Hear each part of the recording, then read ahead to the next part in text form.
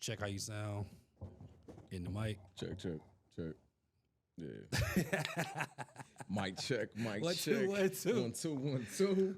Yeah, I'm good. All right, well, shoot. I feel like I'm in the mood. Right. All right, well, let's go ahead and do it. Let's do it, bro.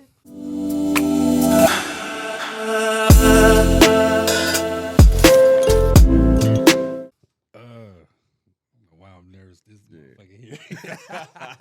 I do this all the time. Yeah, I'm saying. Yeah, Only because my boy is in the building, you know what I'm man. saying? My brother. Right. Well, here we go. It's good. Welcome to another episode of Studio X. I'm your host, X, and today we got another guest in the building. My boy, Jon Moorehead. Yes, sir. All the way from Columbus, Ohio, came to stop and see you, boy. Yeah. Real quick, so the way we always start off, man, is a cold open. Yeah. Where you from? CO, man, 614. 614. Columbus, yes, sir. Columbus, Ohio, man, born and raised. And listen, I used to live in Cleveland for about 4 or 5 years, too. So got that 216 in me. And okay. Spent some time on the East Coast, lived in Boston and D.C. for a little while, too. But, you know, I'm an Ohio boy at heart, for sure. That's what's up. Yeah. So, Buckeye fan? Buckeye, all day, man. All day. Literally just got off the road from the spring game. You know what I'm saying? How was the game? It was because cool, you went to the spring game, right? Yeah, went to the spring game today. Yeah, man. How was that? It was cool. It was cool, man. It was like 80,000 people there, bro, which is like nuts for a spring game. Man. That is crazy. 80,000 people there, man. Like Columbus don't play about the Buckeyes, man. You know I what seen Alabama spring game. They had like 70-something thousand people. Yeah, I'm sure they probably got just as many, man. You know, that so is yeah, crazy. it looked cool. You know, we got a lot of transfers. You know, that came in through the portal. You know what I'm saying? So you could tell, like, especially like at the quarterback. Yeah, play was a little clunky, but I mean, you got like 3 new dudes trying to learn a new playbook, new coaches, new system. So you know, you got to give them a little bit of time, man. CJ Stroud was a lot of people didn't know what they had in that first game. I remember watching his first debut game, and they was like, "Yeah, I don't know if we're gonna make it." Hey, next thing you know, they was took off. Bro, they was ready to toss that cat to the woods, man. Like, I mean, after the first couple games, because he was looking kind of shaky, like his first season started. You know what I'm saying? Like they was ready to bench him, man, and like not the coaches, but like fans was talking like, man, bench him, bringing the back up. But the he alumni ended don't up play. finding his footing, man, and did his thing, man. So, the alumni don't play down there in the college games, and they used to winning, man. So they ain't got a whole lot of tolerance for underperformance. You know what I mean? So are you saying championship this year? It depends on how the quarterbacks play. Who is the quarterback this year? They haven't named a starter yet, man. Like I said, we got 2 dudes that came in through the portal, and then we got Devin Brown, who was the backup last year, who's also competing for the starting job. I mean, it'll probably be Will Howard, the transfer dude from Kansas State. Okay. But we got the kid that transferred from Alabama. He was a 5-star like the year before. He supposedly is nice too, So really? I would say most likely probably Howard, man, but you never know, how the competition might shake out. Right, that is true. So yeah, if quarterback play everything, man, especially in college. So I mean, shit, it's college, professional. I mean, all levels, man. So I mean, if he can, if we can get a quarterback to come out there and sling the rock and know what they're doing and make the right reads and throws, then yeah, we should be up there, man, because we got the talent everywhere else. So y'all gonna be Michigan? We're gonna be Michigan this year. Is it the team up north? Man, we should be Michigan this year on paper, but you know. I mean, they lost their coach. Ain't always everything. Yeah, they lost their coach, but they were still doing good with that coach that they had. They still was doing good, and the guy they got coming in, man, Sharon Moore, man. I think he gonna do a hell of a job, man. So I hate Michigan, but good to see a brother in the head coaching spot, man. So. I ain't gonna say I'm rooting for the dude, but I ain't necessarily rooting against him. Right. You know what I'm saying? Definitely, love to see bros do well, man. Especially when they get those opportunities. There ain't really like a ton of head coaches in like major college football. Yeah. That look like me and you. You know what I'm saying? Right. Definitely. So, yeah. But no, I think Michigan probably still gonna be solid though, man. They got talent. What do you think about the whole NIL thing? Man, and speaking really to Nick Saban, and why? Because I feel like that's why he left. Yeah. I mean, it's definitely changing the game, man. It's changing the landscape of just college sports for the in best, general. for the worst. We always wanted this. I mean, it's definitely it's probably pros and cons to it. You know what I mean? The cons is it probably. It's blowing up like the tradition, you know what I'm saying? Kind of the traditional landscape of college sports, right? Yeah. Because now cats is, they getting money, they hopping around through the portal to go to this school, that school, whatever's giving them the best opportunity to kind of cash in on their name, image, and likeness.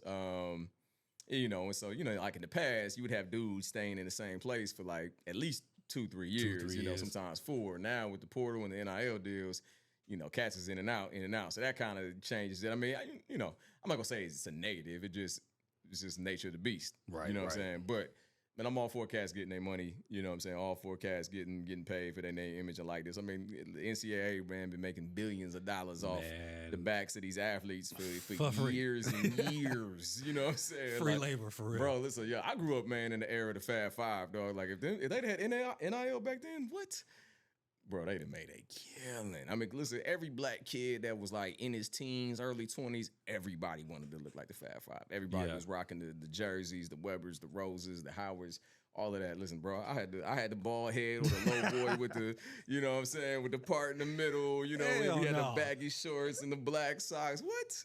Oh, what? my God. Only Michigan team I ever rooted for, bro, was the Fab Five. Really? Ever, yeah. To this day, man, them my dogs, man. That is crazy. It was like the first representation other than like UNLV running Rebels that had Larry Johnson and them boys that looked like us, played like us, talked shit huge, like man. us. Representation, you know what I'm saying? huge. It's huge, and so it was like a connection. Like, yo, that's how we play. I mean, obviously they way more talented than we were, but you know what I mean? Just the swagger and the talking, and it looked like street basketball. It looked like playground basketball. Like, yo, that's how we hoop. You know, Right.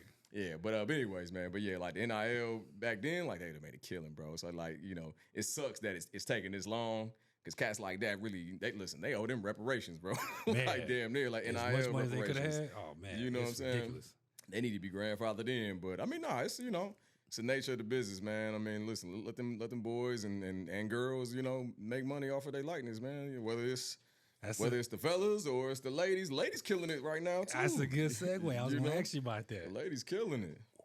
I'm just gonna. I don't mean to be controversial, but man, come on, man. That's what we do. That's what we do, man. I was watching the game, the women's national championship. Yeah. Why was the camera on Caitlin Clark so much and not on South Carolina? Bro, you know, that was the media darling, man. She was the media storyline. That's what they wanted to hide. I mean, listen, to her credit, bro. I mean, she was the biggest story in college basketball this year, right? She's the reason why I watched. Yeah, she's probably the reason why a lot of people watch. Like, I've been like, you know, I coached high school girls basketball here in Cleveland for, you know, 4 or 5 years or whatever. Yeah. So I, you know, already had an appreciation for the women's game. Already kind of paid attention to it. So I actually was familiar with her, you know, a couple years ago when she was like a freshman. Okay. I told a couple cats. I think, matter of fact, I told like Shin. I remember hitting Shin up and talking to y'all in the chat and was like, yo, hey, y'all need to check out this little girl in Iowa, man. Like, she like baby Steph Curry. You know what I'm saying? Yeah, but wasn't nobody really, you know, watching it like that back then. You had to get her on ESPN for us to pay and then, attention. You know, she started hitting 35-foot, you know, logo threes. And I think, you know, people started catching wind. ESPN started catching wind and, you know, just kind of blew up. So, but I mean, you know how it is, man. The media will pump what they want to pump, and you know what I'm saying. Now, I think the announcers that were like calling the game, not necessarily calling the game, but like the pregame, like Andrea Carter and Shanae Ogwumike and Elle Duncan and them, like they definitely were talking about South Carolina. But I think like during the game itself, the cameras is always following Clark. They following her parents. They following. It damn near felt like a Iowa home game watching the game, bro. The way the crowd was. Exactly. It was like South Carolina fans had like a corner of the stadium, and it felt like everybody else was like the world was Iowa fans, at least from, you know, watching it on TV. You know what I'm saying? Right. But I mean, that's what, you know, like I said, when you do great things, cameras gonna follow you. You know what I'm saying? But yeah, South Carolina definitely should have been. They went just 38-0. As much of a story. Yeah, 38-0. You know what I'm saying? But, yeah, the story was Clark, man. You know what I'm saying? Black coach. Yeah. You know, Donna Staley, all, you know, Olympic gold medalist. Yeah, I mean, everything like, she did. Greatness all around the team. Yeah. I mean, I think I heard she lost her whole starting 5 or something like that. Yeah, brand new starting 5 this year. Brand new starting 5? Brand new starting 5, man. Lost her best player, Leah Boston, man. Went to the map. She was in Indiana Fever, where Clark probably about to get ready to go. Oh, really? Get drafted by, yeah, man. That's crazy. So that's going to be a hell of a... They're going to have a nice little 1-2 punch with that, because Aaliyah in the post and then Clark out, you know, knocking down them outside threes. They're probably going to be nice. How you think Angel Reese going to fare in the NBA? Man, she's a little undersized for a big, you know what I'm saying? Yeah. But she, you know, she's used to playing in the post. I don't think she's afraid to bang with bigger girls. And she was guarding Cardoso in the SEC tournament. You know what I'm saying? That girl got about 5 inches on her, you know. I think she's like 6'7", 6'8". Yeah, but she wasn't scared, though. She was down there banging and pushing and shoving and, you know, trying to hold her own. So I respect her for that, man. She definitely going to need to probably work on her jumper. I saw a video of her on IG the other day, man, where she looked like she was working out somewhere, working on I did knocking see that. down like 3. Listen, she was hitting them. I mean, that's what matters. It looked get in the gym. Hey, the jumper was wet. You know what I'm saying? Pause. The jumper was wet, but long as she can knock down that mid range, the 3-point shot, man, on a consistent basis in the league, I think she's gonna be good, man. She's gonna be cool, man. So, and listen, man, she's just as popular too. All right, listen, we on this topic, man. I'm gonna get into it, bro. So hey, bro. I got a problem with. Listen, I don't have a problem with Caitlin Clark. Okay. But I got a problem with like her fan base and even some of the media, not all, but some of the media that like painted this like narrative of like. So all this shit started from last year's NCAA tournament. You know I'm about to go with this, right? Hey, Caitlin was talking big shit the whole tournament, bro. Yep. You know, she waving girls off, told another chick to shut up. Yep. You know, she was doing the little John Cena joint. Now, she wasn't necessarily always doing it in other girls' faces, but, you know, whatever. She still, it's almost like Johnny Manziel back in the day when he was running around doing the money sign. You know what I'm saying? Yeah. Listen, when you do that type of stuff, somebody gonna throw it back in your face. What happened to Johnny Manziel when he first got in the league? First time dude got sacked, what the DN do? Jumped up and started doing this, right? Yep. We ain't saying nothing about that back then. So why all of a sudden we make it a big deal because Angel Reese Baker planting the flag, and then all of a sudden Bosa comes in with the flag. It was all good a week ago, but now we got a problem with it. And I'm feeling like the only difference I'm seeing is, and I hate to be, it's one or two things. I hate to play the race card, you know what I'm saying? But it's like, so it's cool for the white girl, the America's princess, to talk shit and talk trash and whatever. And I ain't got no problem with her talking trash because that's the fabric of basketball, right? Yeah. Everybody talk trash in basketball. But don't be mad if the black girl talks the trash back to her. Like, it was almost like, how dare she talk trash back to America's sweetheart? Like, bro, stop it. Let them girls just play ball. Let them girls talk trash. Caitlin talk trash.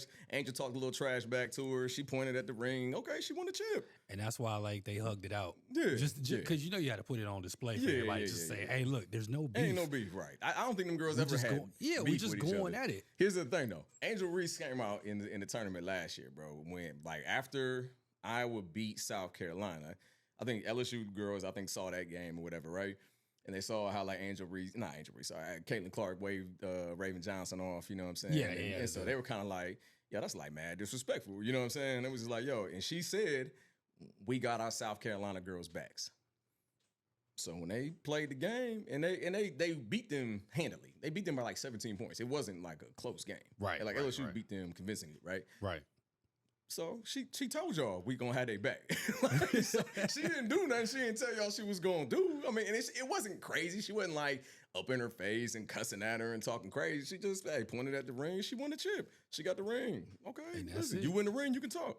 You don't win. That's usually how it go. You listen. You gotta take your tail and you just gotta take it on the chin, my G. You know what I'm saying? So like, again, I ain't got no problem with Caitlin Clark talking trash, but don't have this like disparate treatment between the black girls that talk trash, and now they're all kind of hood rats and classless, and they ain't got no respect for the game. That's and all kind of derogatory terms. Though. Yeah, we've always had this picture painted towards black people. It is, man. It's just, and that's the stuff that got under my skin. Man. It was like her base.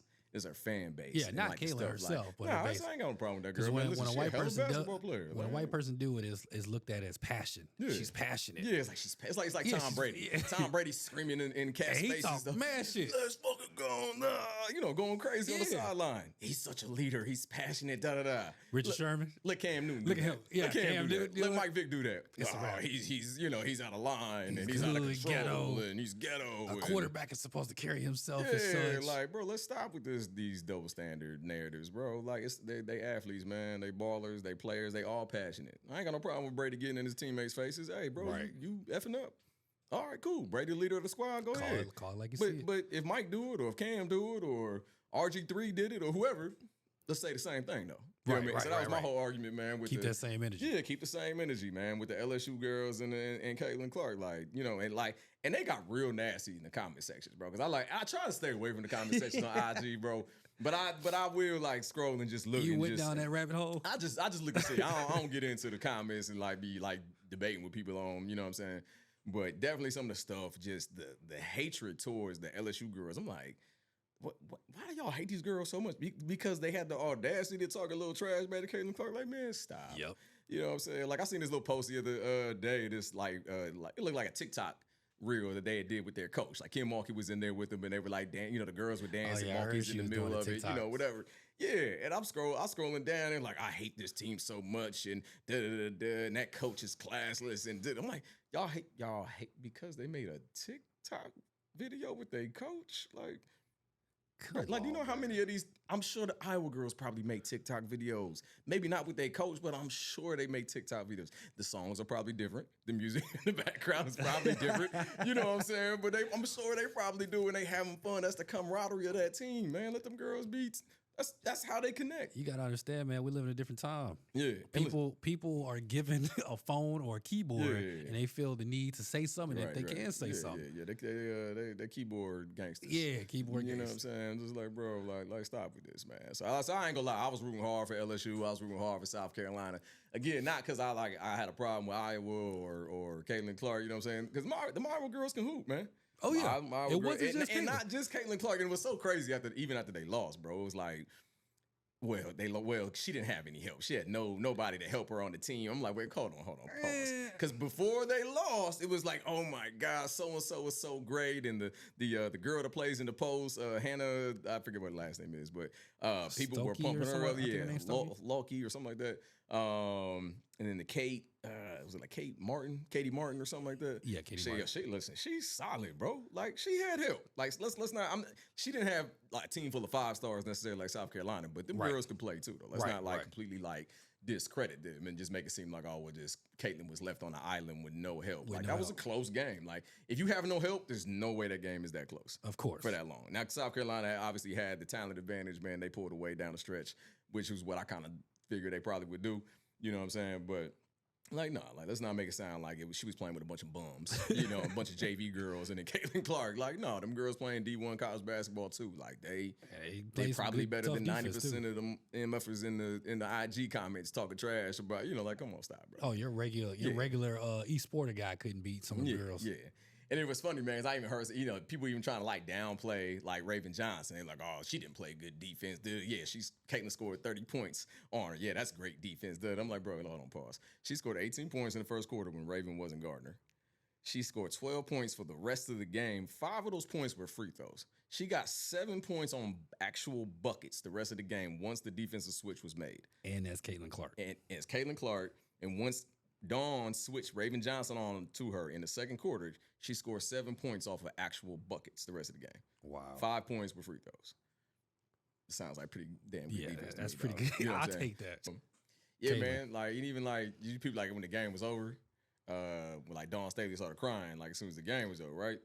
And it, she's a class act. Class act, man. Hell of a coach. She always says the right things, man. She shouted out Caitlin Clark afterwards, as she should have, man. Like I said, like the platform that women's basketball is on now, it's not only because of Caitlin Clark, but she's a huge piece of why it is. You know what I'm saying? Angel Reese and LSU girls are part of it too, because they're everywhere too. Flau'jae is a dog. Angel's a dog. Who else? The other, you know what I'm saying? Aja. No, not Aja. He's about Asia Wilson from a couple of years ago. Nah, not Asia Wilson. USC. Juju. Juju. Yeah. Juju's nice. Nice. You got Paige Beckers, man. Paige Beckers, man. Paige is nice. Paige is nice. Paige is all around. She got hurt years ago. Yeah. She got hurt, man. If she would have never got hurt, man, she would probably be the one we talking about. Oh yeah, for sure. Hey, listen. Iowa fans may not want to hear this. She got the all-around game. Lost that game in the Final Four. I'm just gonna be honest. You don't make that call, bro. Here you go. You don't make that call, bro. People will slide their feet all night. Listen, it's like football, man. It's off. You can call offensive holding on almost every play. Yeah, almost every play. You don't call it in that. Not in that. She listen now by the letter of the law. Because I came from my basketball heads out there. I'm a coach, so y'all probably would kill me if I didn't say this. Letter of the law. It was a moving screen. She tried to set a double screen. I'm about to get real X and O on y'all. She tried to set a double screen. She set the screen going one direction, one way. Came off of that screen and tried to set the screen on the girl who was curling around, the white girl with the ponytail from Cincinnati. I can't remember her name.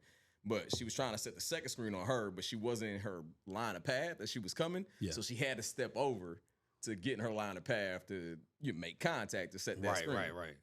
Because she tried to dodge it. Technically, you can't do that. You know what I mean? So I get it. Just, but at the same time, just like, bro, like, in that moment, Final Four, let them girls just play it. Was they down 2 or 1? I feel like they were down 1. They might have been down 1, bro. Because if they were scored, I think they would have went up. So I think they was only down 1. And that's just like in that moment, man, let them girls decide. I hate plays where you don't get to see it. Yeah, you don't that's get what I'm to saying. I just want to see it. I just want to see it. What make or miss, I don't care. You know what I'm saying? But I just want to see it. Right. Let them girls decide the game on the floor. You That's know the what I mean? worst way is when the refs like take the game in their control. I'm like, you shouldn't be the deciding factor. Exactly. The game of that magnitude in that moment, like unless it's just like you ain't got no choice but to make that call. And maybe that ref felt like he had no choice but to make that call because it was an obvious moving screen or something. But I just feel like you didn't have to. Unless it was just like a bad hack or just something just crazy. Like, man, let them girls play that out.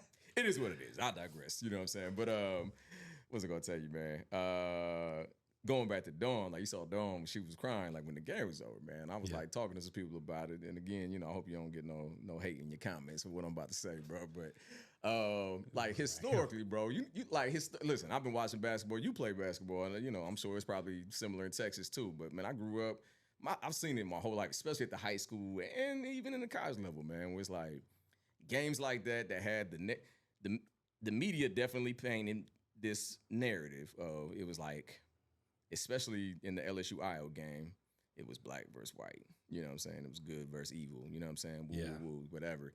I've seen 100 games in my life, man. Again, especially at the high school level and some at the college level, where like games like that, it's the all white team versus the all black team. It's like they always seem to find a way to take those games away from the black teams. You know what I'm saying? Especially from a referee standpoint. You see what I'm saying? Yeah. And there were parts of that game where it felt like that was happening. You could see Dawn get frustrated as hell on the sideline. Yeah. Like she's about to lose her shit a couple times on the sideline. Couple of her coaches had to pull her back. Like, come on, coach, we need you. I was like, bro, she about to blow her shit, dog.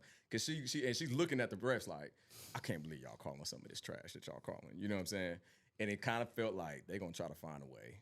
Almost like she knew what was going on. She knew what was going on. They were going to do what they could to try to find a way to get Iowa that win, unless they just couldn't help it. Yeah. And South Carolina basically took it away from them. They pulled away down the stretch to the point where it's like the rest couldn't do nothing about it, right?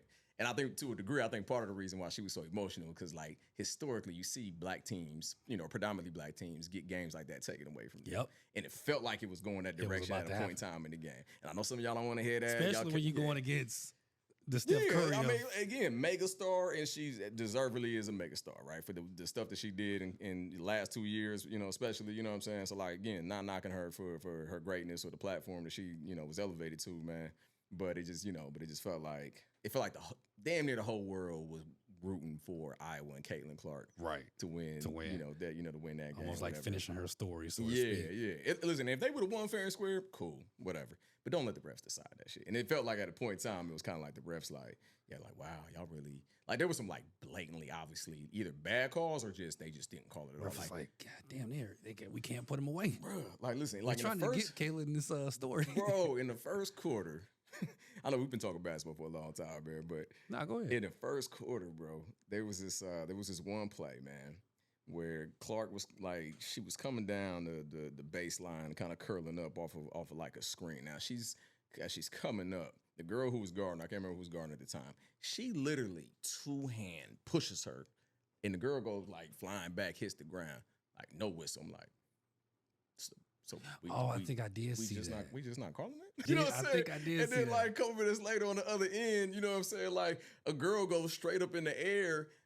I mean, they was quick to call that whistle, too. You know what I mean? I'm like, wait, hold on, bro. Hold on. So we gonna that was blatant at the other end with Iowa, and y'all called nothing. This was barely a ticky-tack, and y'all was, like, emphatic with the whistle on that one. It was like, y'all about to be on this shit today. Like, y'all about to be on this shit today. Again, I wouldn't have cared if Iowa would have won as long as it was fair and square. But don't let the refs like dictate the game, And I think as the game went on, they got better at kind of evening out the calls. But for a while though, it was like, I see where this going. I almost was about to turn off. I was like, if this is what we're about to do today, I'm not watching this game. Facts. Like, I watch game for the competition. I want to see these girls compete and just let the best team win. You want the best of the best going. You know what I'm saying? The refs do your job, but don't impact the game to where you're swaying it one way or another based off of like real iffy calls, right? You know what I'm saying. So that's I think part of the reason why she was emotional was that, and then the redemption from the year before for losing to them, and her girls that weren't there anymore who really wanted to win last year. and go undefeated. So it was like redemption for them too. So I think it was a mixed bag of emotions for him, man. But I definitely think that was like part 2 chips out of 3 years. 2 out of 3 years, bro. Definitely a dynasty, dog. Definitely a dynasty, man. Like she got a little ways to go to catch UConn, but they on their heels though. They on their heels. Gino up there. Yeah, man. Like Gino he got like 11 chips or something like that. Yeah, man. Going back to what 80, 89 or something like that. Yeah, man. Long time. I mean, I remember being a little kid, and the only women's team we heard about was UConn, Tennessee. That was it. It was like UConn, Tennessee every year. That was it. And Ohio State, you know what I'm saying? Because I'm from Columbus or whatever. So, but other than that, so I gotta ask you, what's good, bro? Who's your GOAT? Basketball or women's? Basketball, women. Men's or men's. Men? Oh, my GOAT? MJ, man. Come on, bro. Come on. I don't even argue with y'all dudes no more in the chat about this debate, man. You ain't gonna let it go, man. Listen, I don't even entertain the conversation with y'all no more, man. But listen, LeBron has had a hell of a career. And again, it's not a knock on LeBron as much as it is just like a salute to Mike. Now, again, I almost don't even like having an argument no more, man. You know what I'm saying? Because I'm like, both them dudes equally great. They're the greatest of their eras, right? Mike was the greatest player from damn near basically 84. Well, maybe not 84, but let's say late 80s. Let's say late 80s. You know what I'm saying? Maybe not. His first, because in the early mid 80s it was Magic, it was Bird. You know what I'm saying? Some other guys, whatever. But I think once you got to about like 88ish, you know what I'm saying? I was probably I was a kid or whatever. But once you got to about 88ish, 89, you could tell Mike was that dude. You know what I mean? So we talking like late 80s till at least 98. So what was the defense like that Mike was going up against? They call it was much plumbers. It was much more physical than it is now, for sure. You could get hand check, you could ride them dudes. That's what I'm saying. But bro, there's a difference between playing hard defense and just hacking motherfuckers. I mean, and they motherfuckers might have been hacking back then. That's what I'm saying. But they was letting them play like that. That was how they was letting them play back then. And he still had to get a bucket that way. And he still had to find a way to get a bucket. And Mike ain't as big as LeBron. Mike ain't 6'9", 275 pounds. Mike was like 6'6". He was a lean, probably 225-ish, 230. You know what I'm saying? Mike had to get in the gym and lift weights to bulk up because he was getting hacked so damn much. And still found a way to piss on these dudes. Would you say LeBron got one Draymond Green to worry about? Yeah, pretty much. Pretty much. It was a Draymond Green on every team. Yeah. You know what I'm saying? So, the defense was definitely harder, more physical, I think, back then. They're allowed to get away. Offensively, they can do a lot more now because the defense they can only play defense up to like a certain degree to this point. That's why you see all these crazy, scoring records being met and like the scores in games. Like you don't see that like a ton. Yeah, usually like 70s or 80s. I mean, the 70s, 80s is kind of low. Like 90s, 80s, 90s, low 100s. 90s. I would say, for the most part. You know what I mean? But like I said, man, I don't really like having an argument no more, man. I just like I said, Mike is the greatest of his era. Bron is great in his era, especially after Kobe retired, but even before Kobe retired, Bron was Bron was the best of that era. You just let the greats be great. You know what I mean? So what was Jordan doing before you got Scottie Pippen? I mean, what was LeBron doing before? He was the best in the NBA. He ain't win no chip. He might not have won no chip. He ain't win no chip until he got D-Wade and Chris Bosh. Man. Y'all used to crack me up. He went to the finals. Bro, y'all used to crack me up in the chat, dog. Because y'all always be like, he ain't got no help. I'm like, I know you don't want me to use certain words, so I'm trying not to say it, but he didn't have no help. Wade was the number 2 shooting guard in the league. I'm talking about from 2003 to 2009. Oh, that he had no help. Then that's early in his career. The same way Mike didn't really have no help. Okay. So we apples for the most part. You know what I'm saying? Mike couldn't win on his own any more than Bron could win on his own. You gotta have some. You know what I'm saying? Mike has Scottie. A lot of people are like, oh, but he had Scottie and he had Dennis. Dennis. Dennis was not an offensive threat. They had Mike and Scottie as their main. He wasn't an offensive threat, but he was still a threat. He was a rebound, not offensively. He rebounded. He was great at what he did. He was great at what he had. The greatest. He was Draymond-ish. Draymond has a more, I think, overall game better than Rodman. But you got Kukoc out there. You got Kerr out there. Was a good 6 You got the best coach. Nobody was. LeBron has never had the best coach. Nobody was scared of Kukoc. Nobody was scared of Kerr. Because Mike drew so much attention in a clutch moment, Mike can make that kick because the defense is collapsing on the Mike to double him, for the game winning shot or in those game winning moments. So somebody gonna be open. So Mike had but Mike didn't always have trust in his teammates the way that he did kind of later in his career. Like it took him a second to get to that point. But as he got older, he started realizing the they're gonna always follow me. So that means Bill Wennington open for a wide open jumper for a game winner, which happened. Steve Kerr wide open for a jumper. John Paxson wide open for a jumper because Mike drew so much attention. So Mike made them kicks in them moments. You know what I'm saying? So yeah, I mean Mike definitely had dudes that played their roles on their team, just the same way LeBron did. All he had to do was put up 60. You know what I like? If I'm a nitpick, right? If I got it pick, for me, it's the intangibles that Mike had versus LeBron, and that's really what it sways for me. It's not a skill thing. It's not a who's more athletic or is a better better scorer, better shooter, better this or better that. It's Mike's the intangibles for me. Now listen, for you might be Bron. You know what I'm saying? But for me, it was Mike. Those and are just the things that I hate. I hate LeBron in a way that. The way he gives up. Yeah. I hate the way he pouts. Yeah. I hate the way he's definitely a front runner. If he thinks he's not gonna win, Bron tap brother out. in the locker room. Bron tap out. Well, I'm just gonna take off the rest of the season because we ain't really got no chance to win. So I just ain't gonna play. He gives me this vibe of y'all lost. Yeah. You know what I mean? Y'all. Nah. If you're a true champion, you're a true leader. You lost with your team. Yeah, for sure. And I don't want to get into like a Bron bashing session or whatever, man. But yeah, I mean, those are kind of some of the things I think, especially like earlier in his career, man. I think he's made amends for a lot of probably the flaws that he's had earlier in his career. You know what I'm saying? But you know what I mean? But I mean, it's still that 6-0 in the finals is kind of hard to argue with, my guy. It's kind of hard to argue with. So you right? Yeah. Bill Russell is the greatest. Shut up. Nah. Listen, that's what I'm saying. Like the GOAT argument is like, bro, you can't compare that era to like how these dudes play now. Like they're more athletic. The evolution of just the athlete and the game is it's unfair to even try to like compare, man. In that era with Wilt and Russell and all them boys, they were the GOATs of their era. And the 80s, 90s, MJ, Mike, MJ, Bird, Magic, Isaiah, them boys, you know what I'm saying? Those were the GOATs of that era. Shaq, when he came along, GOATs of that era. Hakeem Olajuwon, Patrick Ewing, Reggie Miller, those are GOATs of that era. Barkley, you get to the 2000s, it's Kobe. It's Kobe, and then it's Bron, it's Tracy McGrady. You know what I'm saying? Tracy motherfucking McGrady. Dope. Man, people don't talk about McGrady enough. Yeah, they McGrady do was a dog. It's crazy, bro. I never realized how close him and Kobe was, man. Yeah. They was dogs, bro. He used to say he was the hardest person to guard. Yeah. McGrady was the hardest person Kobe had to guard. Yeah, man. So in that 2000s era is basically it was Kobe. I mean KG and them. The Celtics were nasty, but and then Bron. But if you had to pick anybody of the 2000 era like stars, we can even go from like the moment Bron came in the league at 03. Yeah, Bron is the greatest of that era from 03 till now. You know what I mean? Like it took him a few years to kind of probably grow into being the best player in the game.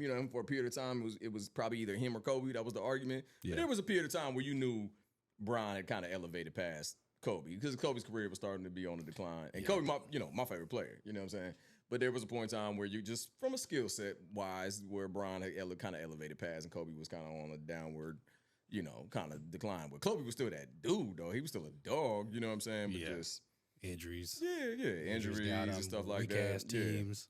One thing, man, I'm mad we never got to see is Cavs versus Lakers in the finals when Kobe was playing and Bron was with the Cavs. I would have loved to see. Talk to Dwight Howard about that. I know, man. I'm like, and he was pissed off about that. I don't want to see y'all was hyping up this Cavs versus LeBron versus Kobe. I'm like, well, that's what we wanted to see. Everybody wanted to see. And he knocked them motherfuckers out. Damn, man, I was pissed, bro, because that would have been a hell of a finals. Yeah, bro. we never got that. I mean, these motherfuckers had the Muppets. Yeah, Remember that? Yeah. Commercials and shit. That used to crack me up too, man. I just love them commercials. Like we just knew it was about to happen. It never did. They messed up in the playoffs against Orlando, man. So we never got to see it, man. So I wish we would have got a chance to see it, man. Yeah. But real quick, give me your top 5. Top 5 NBA. Yeah. And put positions. Positions. Okay, so we gonna do 1 through 5. Yeah, 1 top through 5. All right, man. And we're gonna go modern era. I'm not touching like the 1960s. You'll say we're gonna go modern era. Modern era top 5, position by position. I would say point guard. It's probably still Magic for me, man. Point guard. Okay. You know what I mean? I mean, Magic and Curry played very differently. Isaiah's game was a little bit different, man. But I mean, for my money, I'm gonna take Magic. But you can make arguments. You definitely can make an argument for Steph. You definitely can make an argument for Isaiah. It's probably like one of the top point guards or the goats of of the modern era at that position, man. So, but I'll go Magic. 2, going Mike. Kobe a close second, of course. Bron at the 3.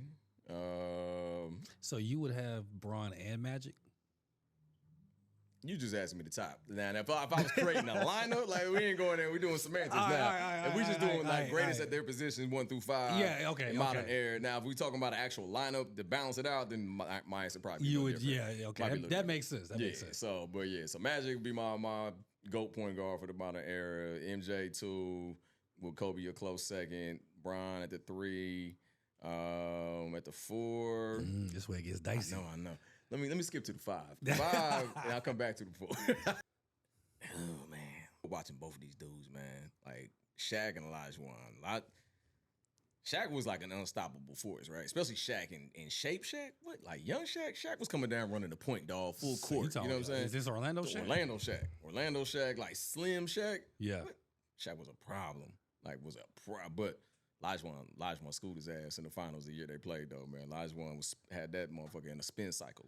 With the footwork, bro. I said, you from Houston, bro. You know what I'm saying? Like, yeah, you was a young dude back then, but man, bro, Olajuwon had that cat in the spin cycle, bro. Yeah, like, I came from that era. Yeah. Then we got Stevie Franchise, and then Yao Ming. Yeah, and I'll say, in Shaq's defense, that was still like in the first couple of years in the league. He was like maybe his 3rd year or something like that. They was in the finals. So he's still a young cat, right? Yeah. Olajuwon was in his prime. He was a veteran. He knew all the savvy moves. Killed him.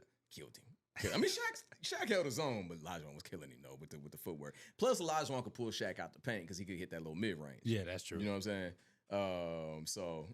But yeah, it's probably, I don't know. I'd have to split hairs between Shaq and Olajuwon. I mean, I probably would say Shaq just because of how dominant he was for such a long time. Like, even though, like, I think Olajuwon probably had a better offensive skill set overall, because Shaq was really just bully ball. Like, give me the ball. If you was doing your lineup, to actually play with, you would go Olajuwon. But if you're just talking about the best at that position, best or most dominant, I say Shaq was probably. I probably give the leg up to Shaq, but it's close though. You know what I'm saying? It's not a knock on Olajuwon. You know what I'm saying? And again, depending on what the rest of the team look like, I might take Olajuwon over Shaq. I'd probably say, greatest power forward, probably Duncan of the modern era. I was going to say, Duncan and KG. Yeah, him and KG. Those are the two I was thinking about. Yo, KG, him and KG, the modern era power forward. You could say Barkley in there too, but small. Yeah, he was undersized, but I mean, hey, he was a beast for what he did. And as he got older, man, he expanded his game, man. He started knocking down the 3-point shot as he got older, whatever. So his game definitely evolved, man. But yeah, I say Timmy, big fundamentals, right? You know what I'm saying? At the 4, you know what I'm saying? What's your top 5, bro? Oh man, yeah, I'm gonna put you on the spot. Host X, what's up? So if I'm gonna go my top 5, I'm gonna go Curry. Okay, at PG at the point guard. Okay. I'm gonna go Jordan. Okay, at the 2. I'm gonna go LeBron at the 3. Okay.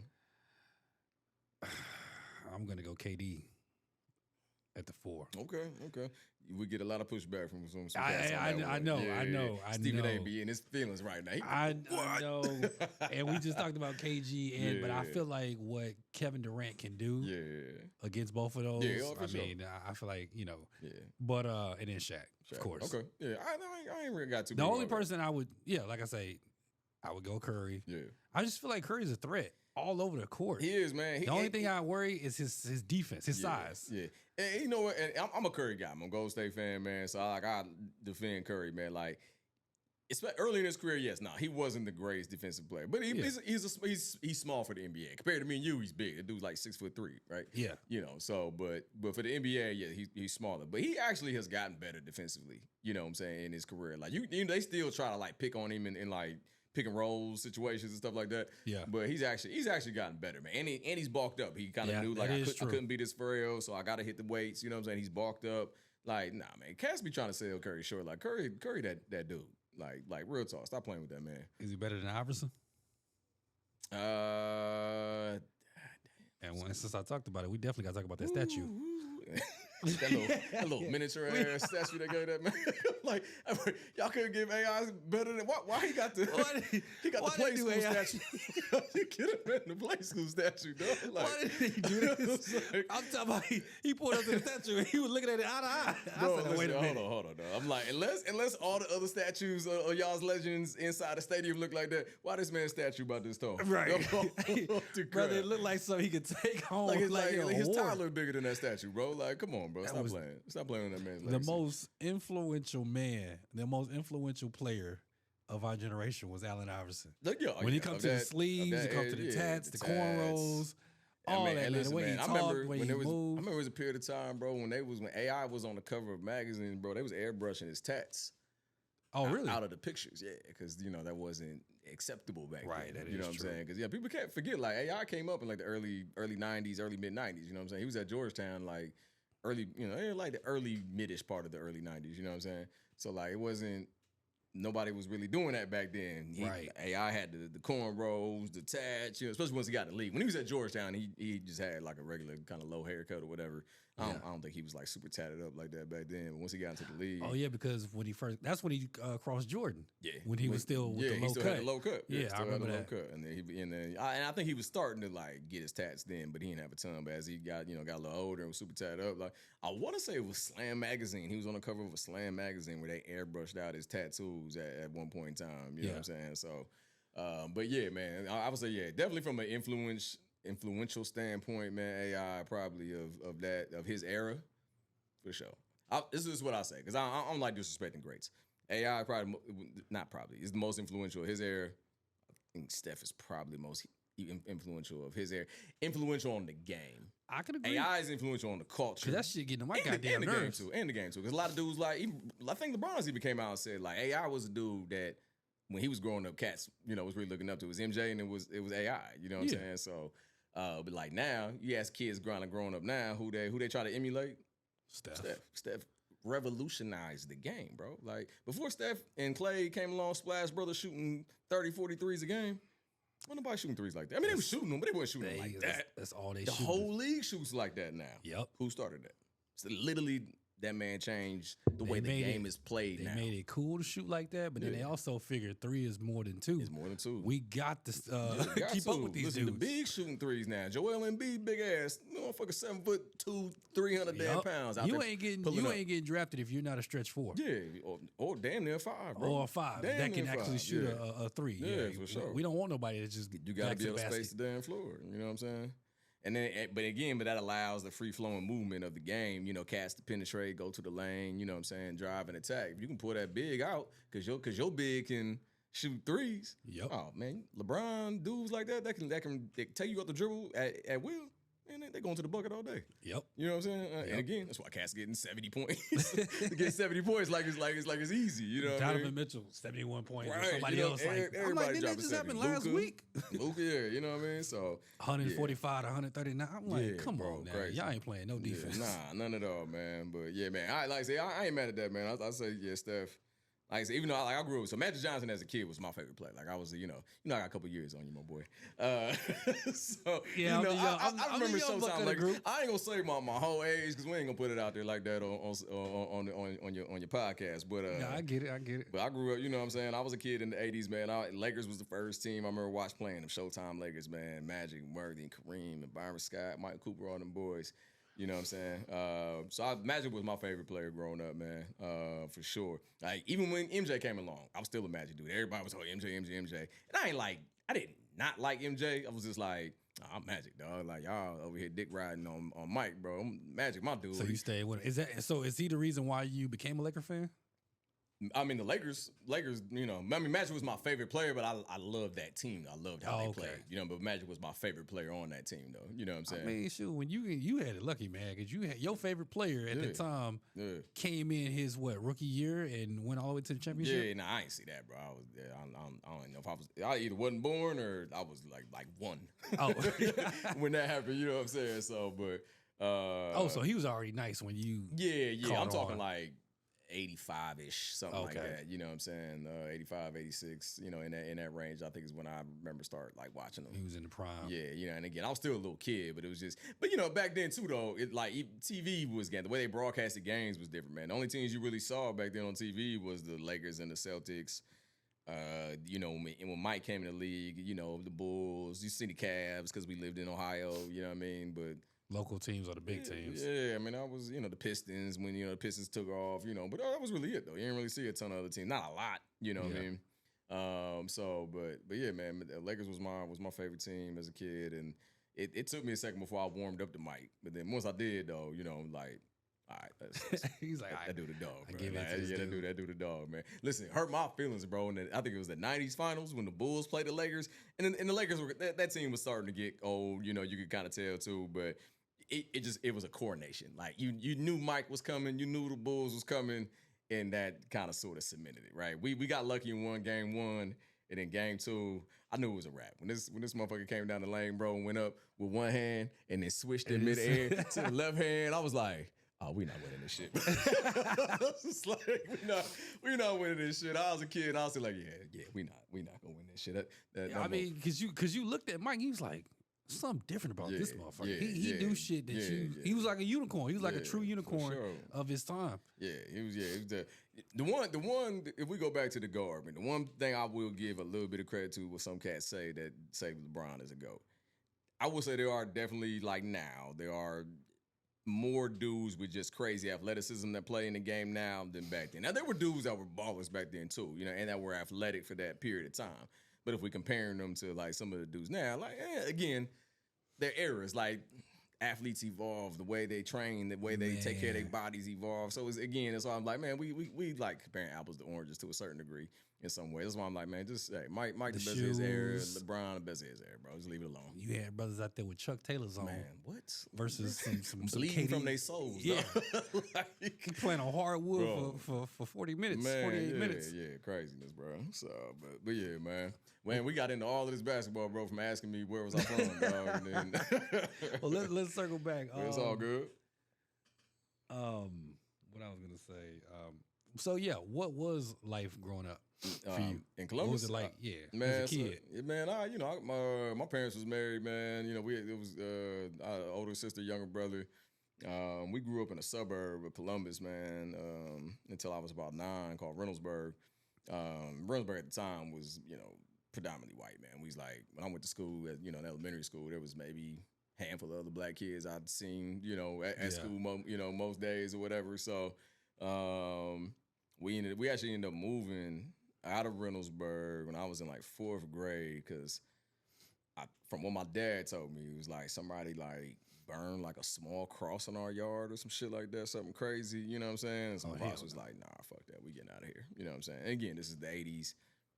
Yeah. Reynoldsburg wasn't real integrated back then the way it is now. I know you're not really familiar with, you know, Reynoldsburg and Columbus like that, but wasn't real integrated back then, you know what I'm saying? So Pops was like, it wasn't like some stuff you see in a movie, not one of them gigantic crosses. I ain't trying to like, you know, over dramatize it, but, you know, but somebody had like some kind of like cross they put in our yard and like set it on fire or something like that. And so Pops was like, oh, so they did direct it towards y'all. Yeah, man. So we moved into like the east side of Columbus area called Berwick, man, and I grew up there pretty much the rest of my life, less of my youth for the most part. You know, grew up in Berwick. My parents got divorced when I was like 15. When I was in 10th grade. So me, my mom, my brother, you know, were together pretty much after that. How'd you take that?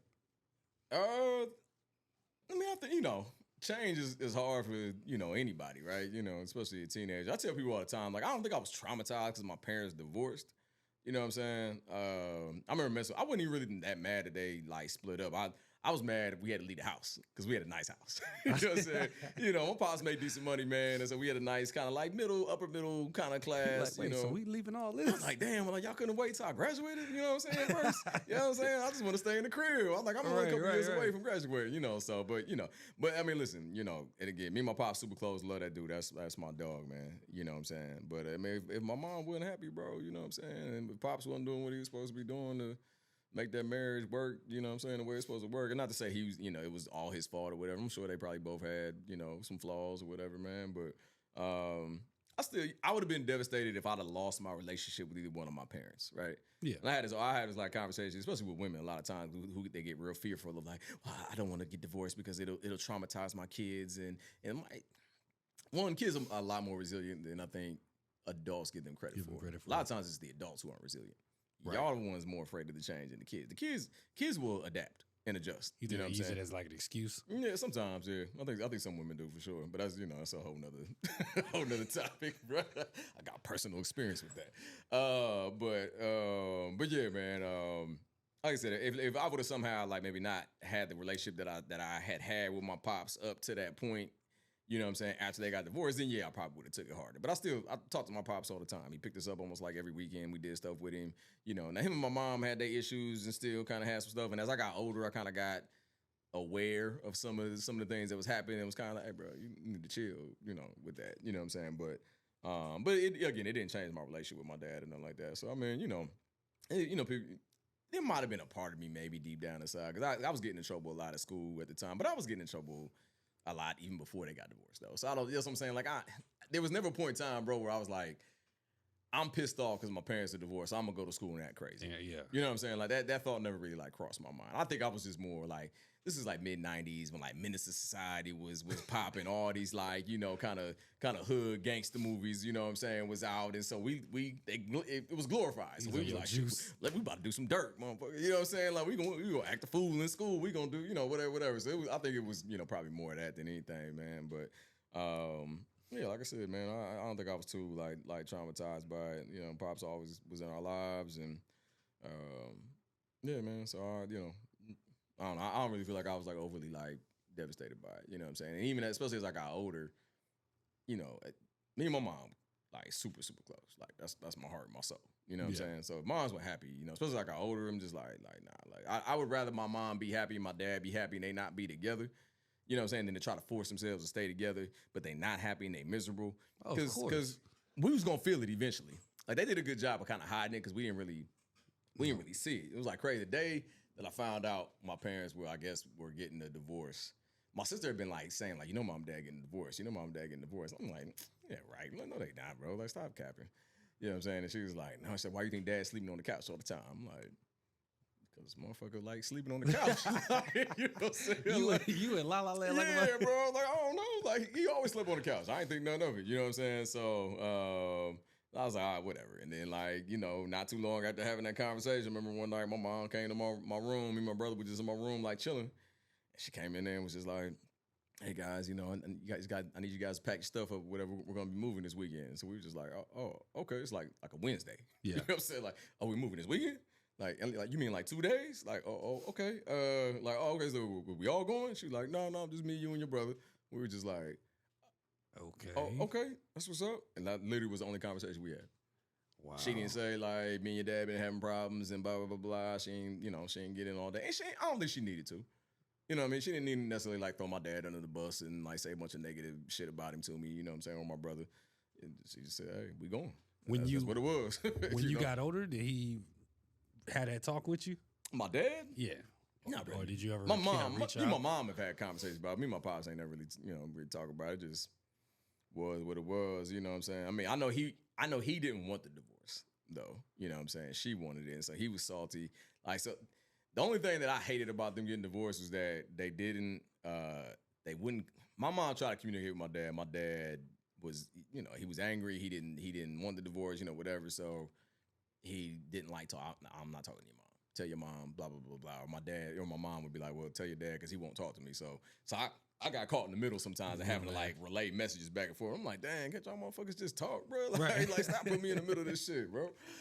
So, but yeah, man. So I was just, it was what it was. So, yeah. Are you, how's the relationship right now? Oh, super your close, mom's man. good.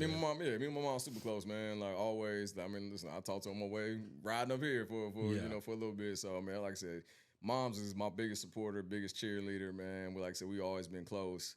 Man.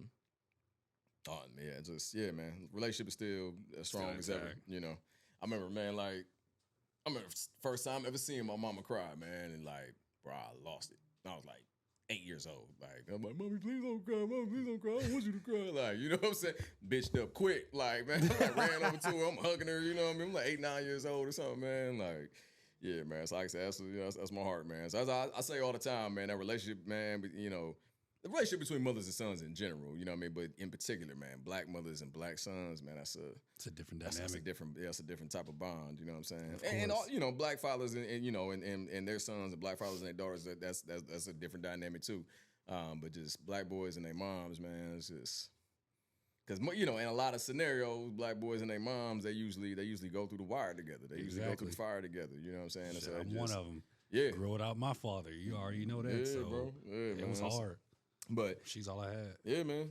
And me and my pops, like I said, my dad was present, man. He was in my life. He was hard on me though, growing up, man. Like pops was hard. So like I wouldn't say I was close to my dad growing up, but he did stuff with me though all the time. You know what I'm saying? I mean, he pushed me. My pops was real big in like Black history and stuff like that, which is why I can kind of speak to a lot of, you know, historical stuff, man.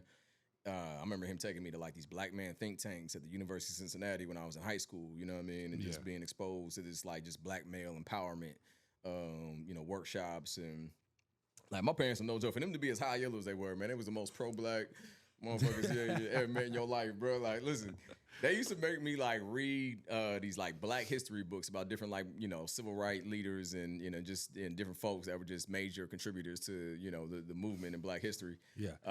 And like not for schoolwork, not for a grade, for them. I couldn't go outside. I couldn't play. I couldn't go play my video games. Like none. This was just for your parents. This is just for my parents, bro. Oh wow. I had to read these books. You know what I'm saying? And then I had to write them a book report about it. Oh whoa. Before I could even think about going outside. This wasn't for school? Nah, hell no. Book report? This is bro. At the crib, moms and pops both like, nah, take your ass to the room and you gonna finish reading this book. You gonna finish right there. Bro, what? Like, bro, you gonna finish reading this book about there was a doctor, Daniel Hale Williams. I read a book about Sojourner Truth. I read a book about Harriet Tubman. I read a book about Nat Turner. I can still see that Nat Turner book in my head. Golly.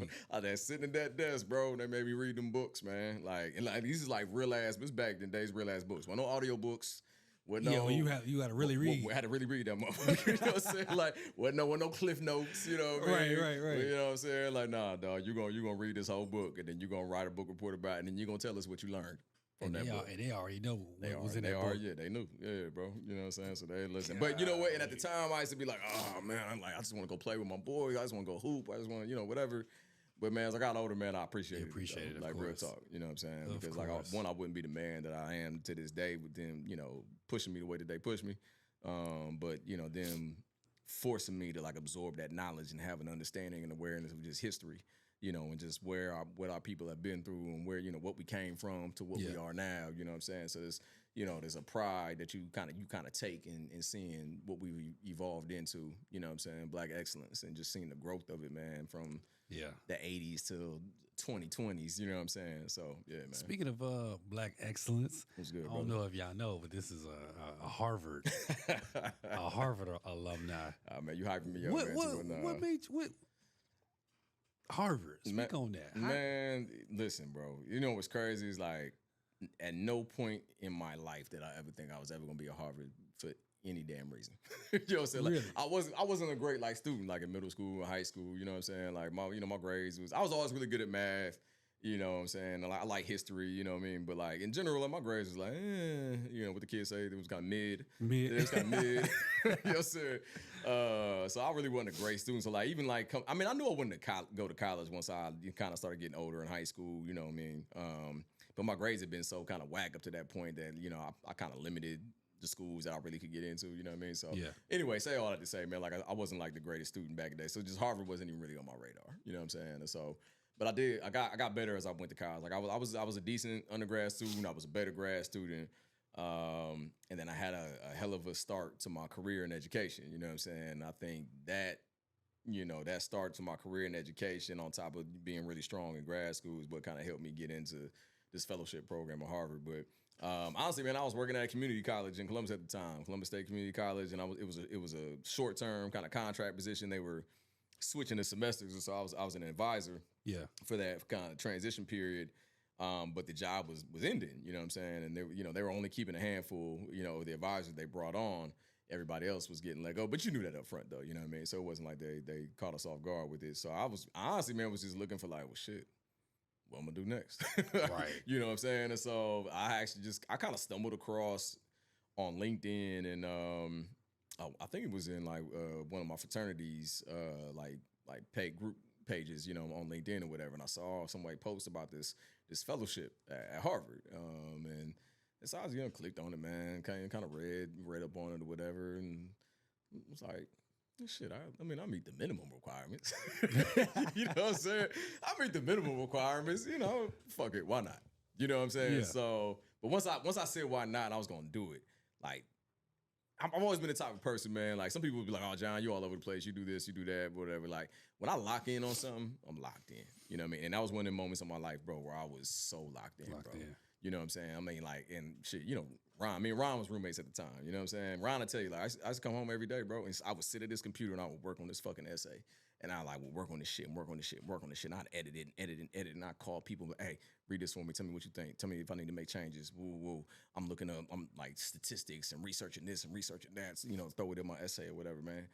I think that might have been the best written piece of work I think I'd ever written in my fucking life, probably. You know what I mean? Really? Academic piece of work. You know what I'm saying? And even at that, though, I still was like, I ain't gonna get accepted, but I'm gonna submit anyways. You know what I'm saying? And just see what happens. And I actually didn't hear nothing for like a minute, man. And I kind of got discouraged. You know, at one point it was kind of like, you know, whatever. I shot my shot. It is what it is. Right. You know. And then I got an email one day, and they were like, you know, we want to interview you for a placement in this fellowship program. I was like, oh shit.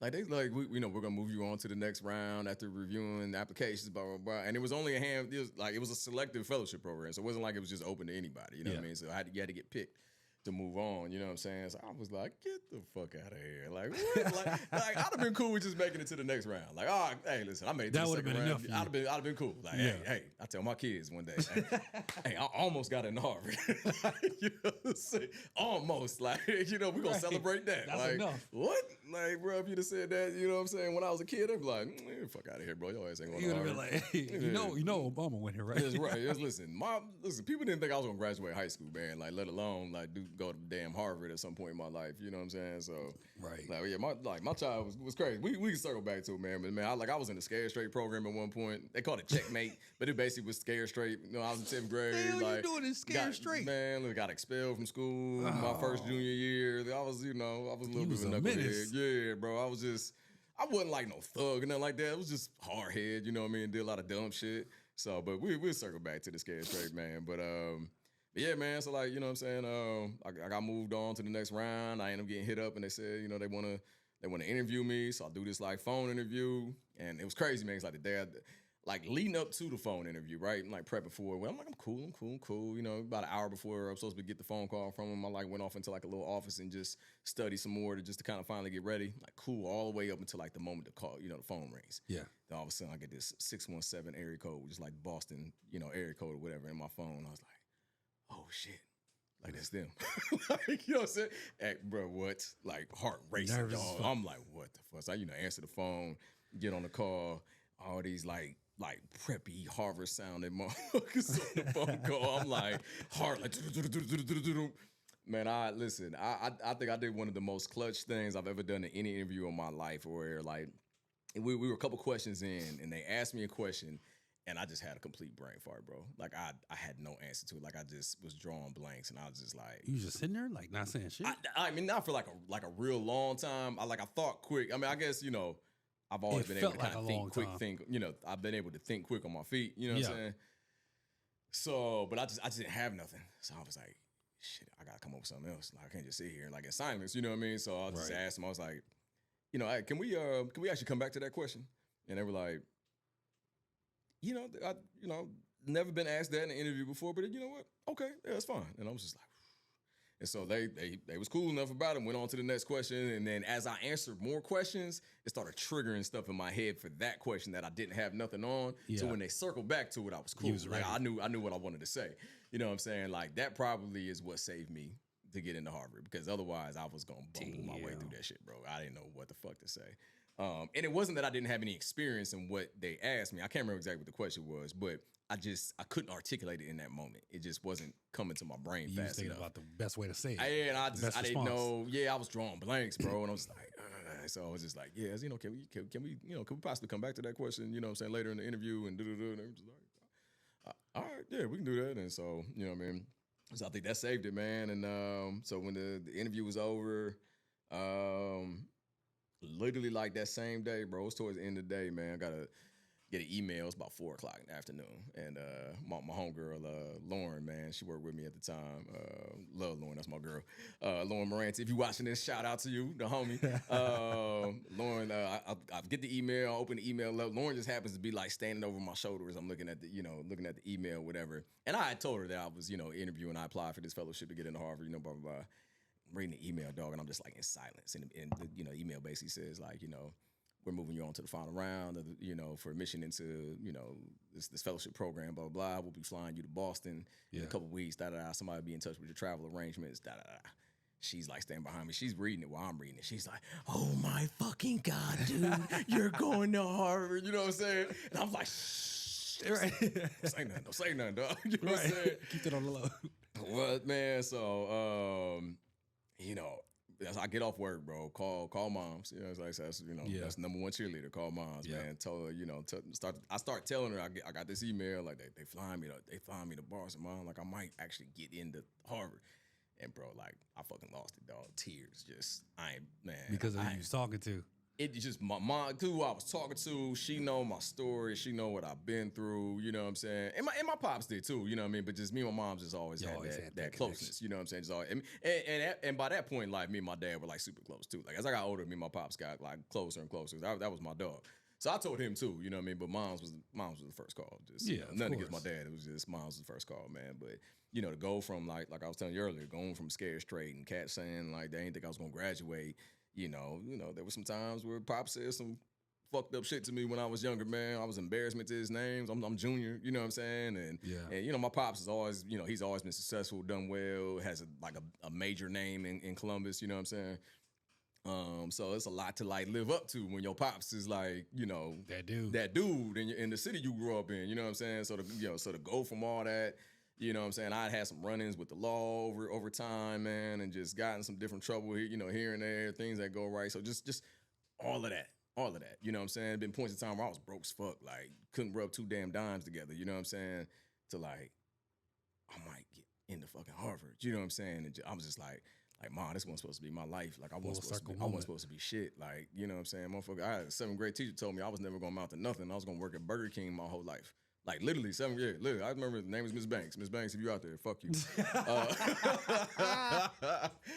grade. I ain't gonna say what school, you know what I'm saying? But I was 7th grade, middle school. Miss Banks told me I was never gonna be shit, and I was gonna work at Burger King my whole life. So yeah, if you out there, fuck you. I'm with the Harvard. You know what I'm saying? With the Harvard, man. Hey, bro, when I got my certificate, I ain't gonna lie, dog. When I got my diploma certificate when I graduated, I really was like, man, I really wish I could find that woman and be like, now what? You know what I'm saying? And I don't like calling women out their name and nothing like that, but that was one of the moments where I was your like, Kanye moment. What? Dog, man. But anyways, man, so yeah, man, just the tears, man, was just flowing. My mom started crying. I'm crying on the phone. I ain't even got accepted yet, bro. Like I still had one more round of interviews to go, but just to even get to that point, where like you were a finalist to get accepted into this fellowship program, and we're flying you to Harvard. I'm just like, yo, this wasn't supposed to be my life, dog. Like, so anyway, so I know this is kind of a long story. No, go ahead.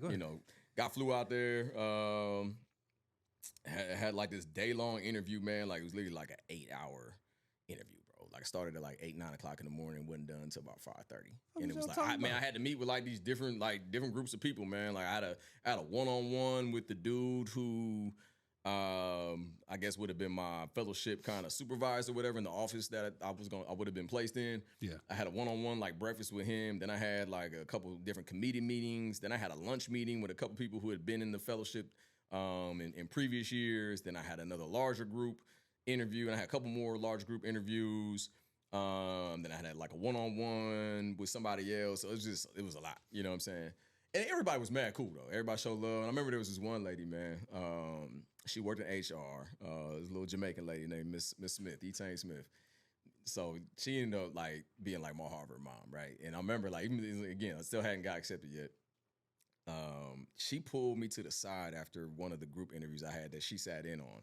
She pulled me to the side. She looks me like dead in the face, and she's like, basically like, you belong here. Like, don't doubt yourself. Like, you know what I'm saying? If you get accepted, don't doubt yourself when you get here. You know what I'm saying? You know what she can sense something? I don't know, maybe, man. But she like, you know, I damn near teared up with her just telling me that. I'm just like, damn, like, you know what I'm saying? Because, you know, like, you probably don't see that many of them, you know, us. Yeah, you know, man. There, so. You know, and so, I mean, that was powerful, man, for her to just look me in the eyes and, like, say that to me. You know what I'm saying? So, that's crazy. But, yeah, man, you know, I had my last part of my interview where I remember the guy that, again, would have been my supervisor in the office. He, like, basically asked me, like, why should we pick you? I was just like, I hate that question. And I know. You know, I just told him, I said, man, like, I'm just going to be transparent, dog. Like, I was like, hey, listen, man, I wasn't one of them kids that grew up dreaming of going to Harvard, man. I ain't ever think I'd be at Harvard for any reason whatsoever. You know what I'm saying? I was like, so, you know, if I get accepted, man,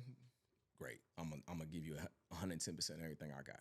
Yeah. I was like, if I don't, I ain't gonna cry about it. You know what I mean? Like, you know, I'm just, hey, it's a learning lesson. I'm gonna learn from it, and I'm gonna take it with me, you know, on to the next opportunity. You know what I'm saying? I'm just grateful just to even be in the position that I'm in. You know, I was like, but what I would say is if you're trying to make a deciding factor between me and somebody else or some other people, I would say I had a man tell me one time, the most dangerous person at the poker table is a man that has nothing to lose. And I was like, and I'm probably that man. I ain't got nothing to lose, bro, because I wasn't supposed to be here. You know what I'm saying? And I was just like, and so I was like, so if I get here, like, I'm gonna give y'all everything I got, bro. I was like, I ain't got nothing to lose, so why not?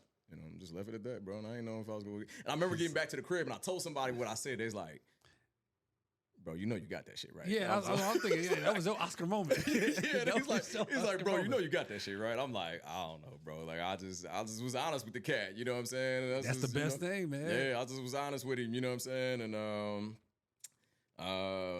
and I think it was maybe about a week or two past, man. I hadn't heard nothing, man. And then I got an email, and they said like they were gonna call me to kind of like give me like let me know whether or not I got accepted, you know, into it or whatever. So I happened to be with my boy Patrick, man, from one of my real good homeboys from undergrad, and my dean of pledges on my alpha. So my dean happened to be in Columbus at the time, you know what I'm saying? So we was up at Easton at Piata, and they knew I'd been interviewing, and I was supposed to, you know, was possibly maybe getting in. And I told them, like, we was sitting there grabbing some food, and I'm like, yeah, man, I'm supposed to be getting this call for them today to find out whether or not I get in, you know. So, you know, about that time, the time they were supposed to call, they called. I'm like, oh, shit, y'all, that's them. They're like, oh, shit, hey, go take that shit, bro. Take that shit. Go outside, man, take the phone call, whatever. And, you know, dude tells me, like, you know, you've been admitted into Harvard University, you know, for this fellowship program, blah, blah, blah, bro. And I was, like, speechless, bro. Like, I didn't know what to say there. Like, he was like, are you excited? I was just like, man, I don't even know what to say, bro. Like, just give me a minute, I'm like, dog, like, this was such a, like, a whim thing for me. Like, I didn't think I was gonna get in. I just was like, it's like, you know, fuck, you know, people say shoot your shot all the time. This was literally the epitome of shoot your shot. Right. Like, it was just like, I probably got zero chance of getting in this motherfucker, but I'm gonna just shoot my shot anyways, bro. You know what I'm saying? But hey, listen, when I shot my shot, I pulled up in that bitch like Steph Curry, nigga, elbow in, you know what I'm saying? Full arc, everything, held that shit, followed through the whole way, you know what I'm saying? So, I mean, if I'm a shooter, I'm gonna shoot that bitch. And I shot that bitch, man. Shot that bitch like Monica. And, man, like Mike, man, held that shit. You know what I'm saying? Like MJ, 98, game 7. Yep, you know what that's I'm saying? it. We and out. just held it. I'm dead, you know what I mean? So, but, that's what's up. So yeah, man, I remember I came back inside, and I ain't saying nothing at first. Go back inside the restaurant, and my boys, they sitting there, they like, so what's up, bro? I'm just like, y'all got that shit, dog. They was like, oh shit, no, man. We jumping up and down, going crazy in the middle of Piata, man. People looking around like, what? Like, we literally are just screaming and like jumping up and down, going crazy, bro. They like, what are you guys celebrating? It's like, yo, my boy got into Harvard. My boy got into Harvard. And people, like, literally people start clapping and shit. You know what I'm saying? Like, it was crazy. You knew that was gonna happen, bro. I was just like, so yeah, man. But I mean, man, listen, bro, that was one of the most amazing experiences of my life, man. You know, man, I tell people all the time, bro. Like, I never stopped being in awe of being at Harvard when I was there. I mean, like, literally every day, man, I'd set foot on campus, bro.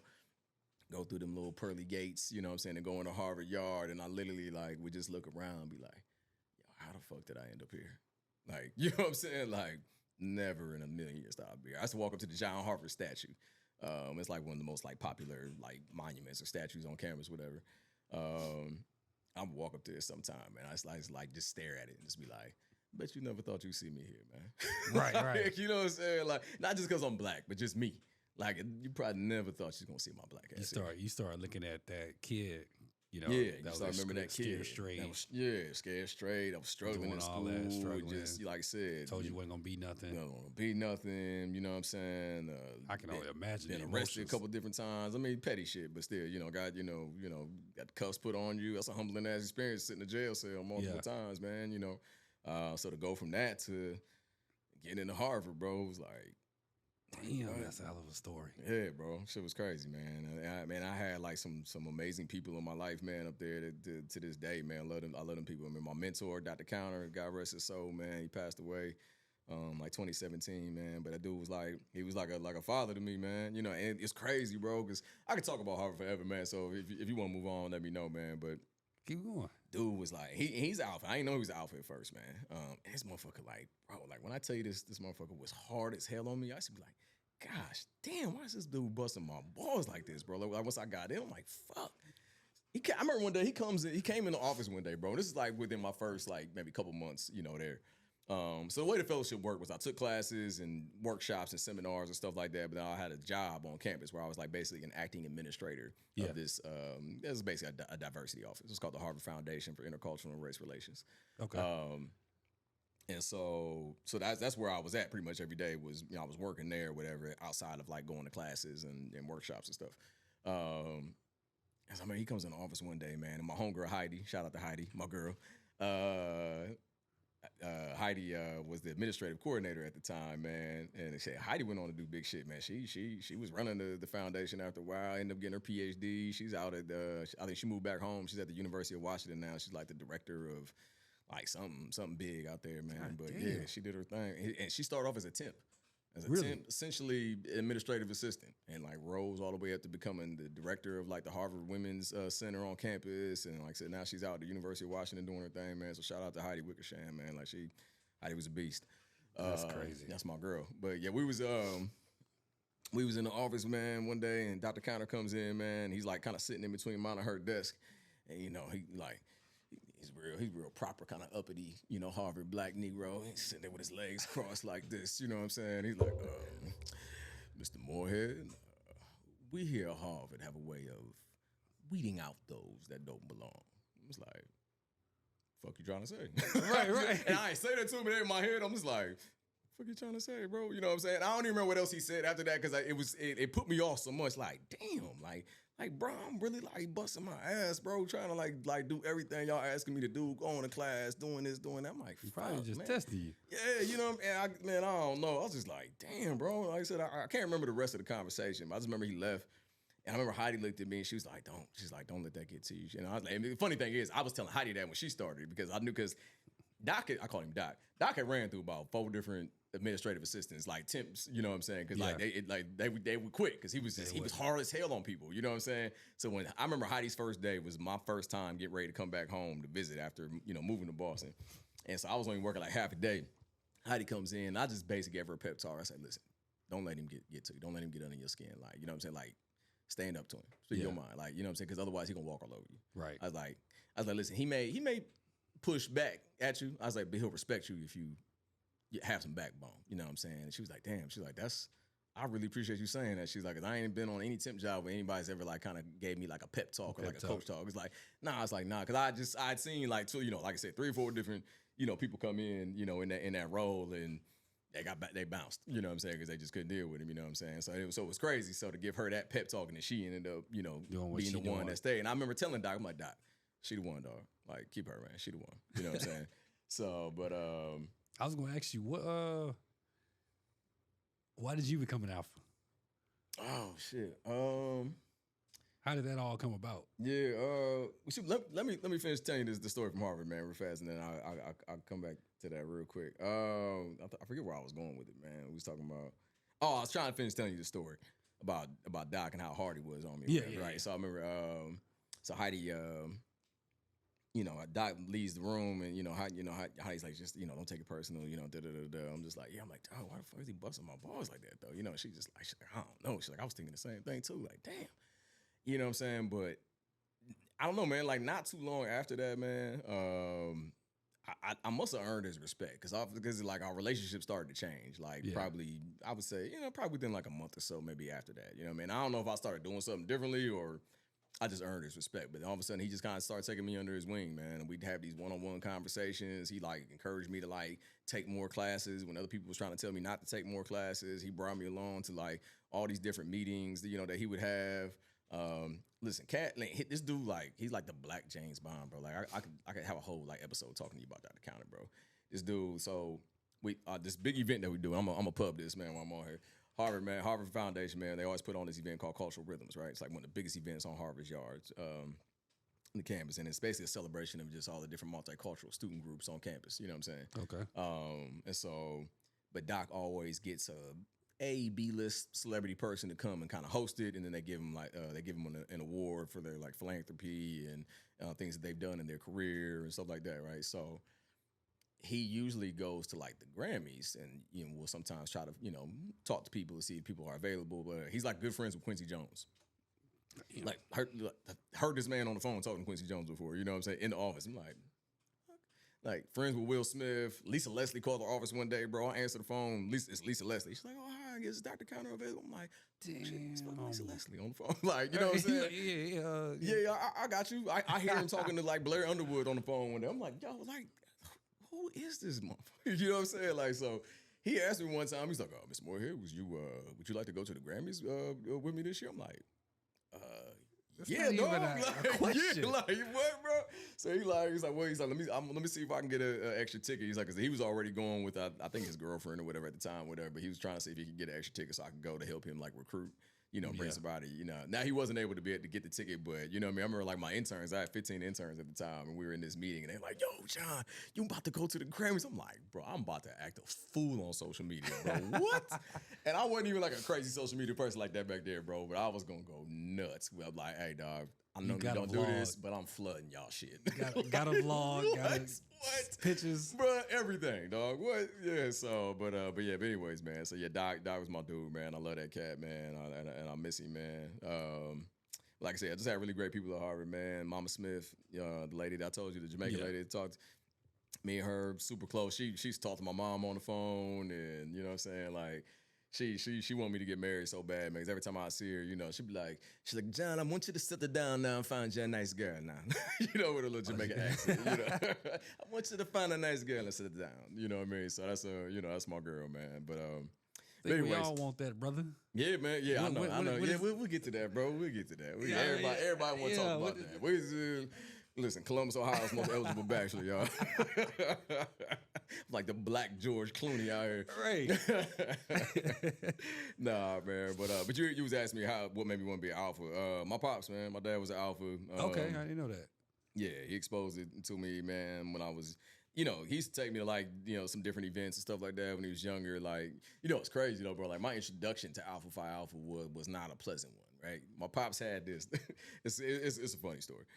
My pops had this black leather belt that had A Phi A like imprinted on the belt. And he used to call that shit my friend when I got my ass whooped.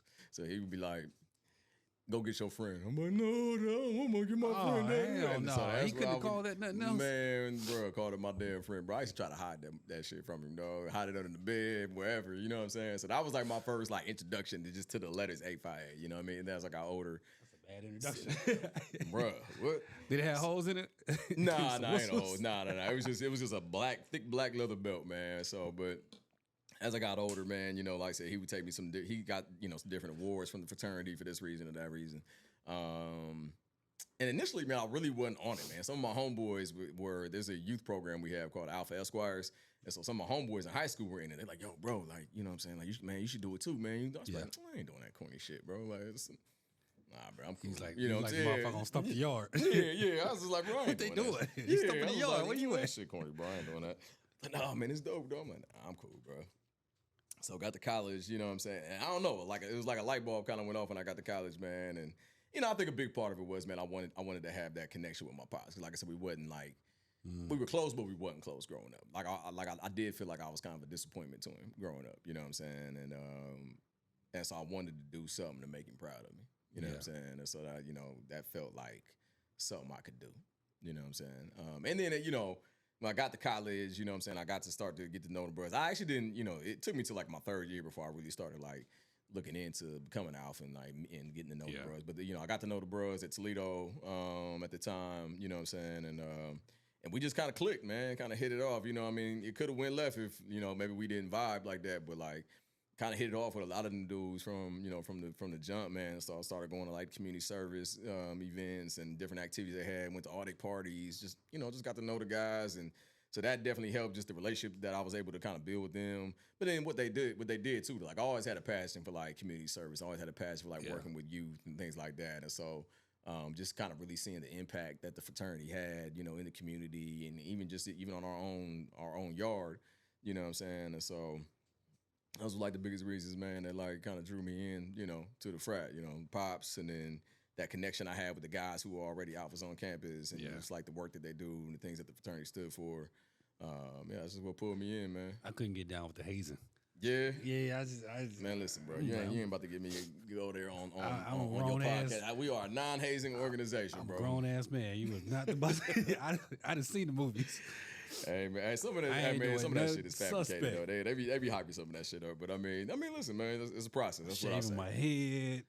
No. Hey man, you know what it is? For dudes, like I said, I'm not gonna say too much, man. But like dudes at that time, you knew what it was going into it, especially for dudes. Like you knew what it was. So it was just like you knew you was gonna get down. You know what I'm saying? And so you didn't necessarily know what it was gonna look like, but you knew it was gonna be something. Yeah. And so like it was just like what you're signing up for to a degree. You know what I'm saying?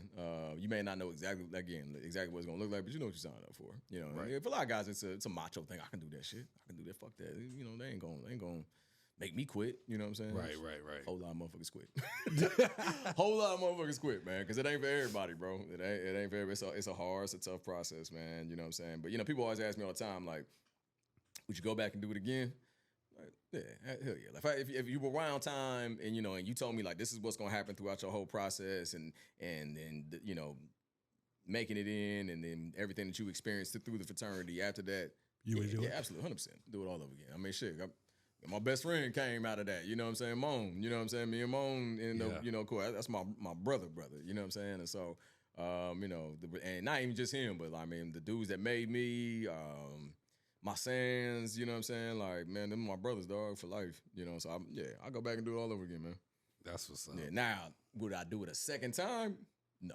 I put me back online a second time. No. Like but, erase it and do it again? Yeah, if you would do rewind time, but not again. Hit the rewind button, send me back to, the time when I was online and said, all right, now, I tell you, I just showed you exactly everything that you're going to experience going through this process, the good, the bad, the ugly, and everything in between. You still want to do it? Hell yeah. Hell yeah. Yeah, I'm gonna do it. Yeah, all day. So, shout out to all the Black Greeks, man, all the D9 members, man, because everybody, man, we all kind of stand for the same things, man. It might be worded a little bit differently, man, but yeah, everybody stand for the same stuff. That's all I knew was alphas and Qs. Yeah, when I was at Toledo. For real, okay. That's all. Yeah, man. I just see these big ass gold boots and purple. That's all I knew. You from the South, bro? Like I would have figured like Black Greek culture was big down there, man.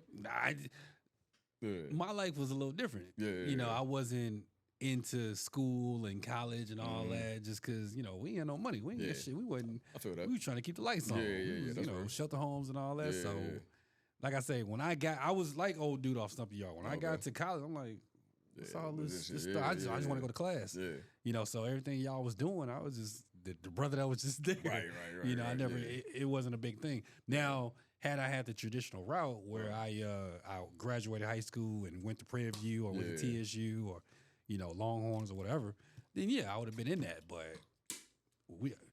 I took a break after high school. Oh, for real? Okay, yeah. Well, shit, damn near met Lottie right after high school. Well, pretty much. I mean, motherfucker was 19 years old. So yeah, man. Yeah, that shit happened real quick. Yeah. Life came at you fast, my boy. Real quick.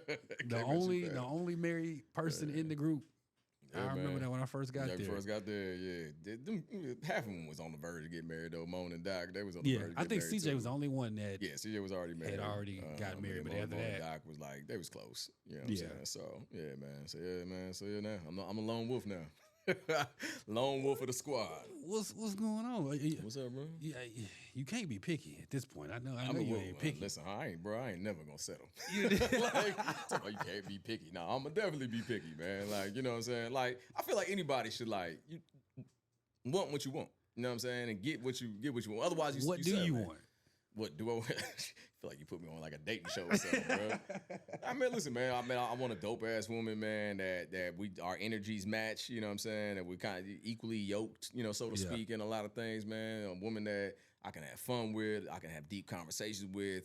Like, y'all know me. Y'all talk about me all the time. I'm always on the go, doing this, doing that. Yeah. I want a woman that, hey, baby, ride with me. Like, it ain't that I want to be in the streets because I want to go talk to 800 chicks all the time. Like, nah, I'm just a social dude. I like to be out and be amongst people, going to social events, whatever. Nah, I want you to come with me. Like, you want a chick that I want my girl to come with me. Yeah, come with me. You know what I'm saying? Yeah. I really ain't going to the club no more, man. Trying to find chicks. I don't even go to the club no more for real. You know what I'm saying? But I just go out, like I said, just socialize and have a good time, man. Be around my people. You know what I mean? But like I would, if I was in a relationship, I want my girl to go with me. She ain't got to go to everything, but I'd want her to, be like, nah, babe, I'm going with you. Like, right, you know what I'm saying? So yeah, just that, man. Somebody I can see myself building a life with, building a future with. Somebody that like challenges me, man, that pushes me to be a better version of myself. You know what I'm saying? A woman I could build a family with.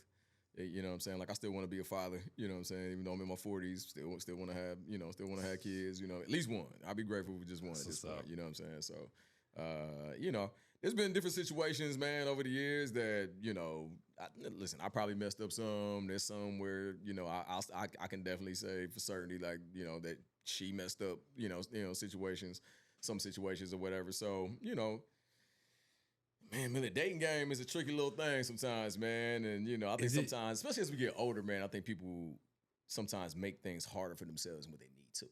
Overthinking stuff, or like it's like, we too old to be playing games, y'all. You know what I'm saying? We looking for the same thing, you know what I'm saying, or whatever. Like, or just listen. If you ain't feeling me, just say you ain't feeling me instead of like just going ghost out the blue for no reason. Like that's whack.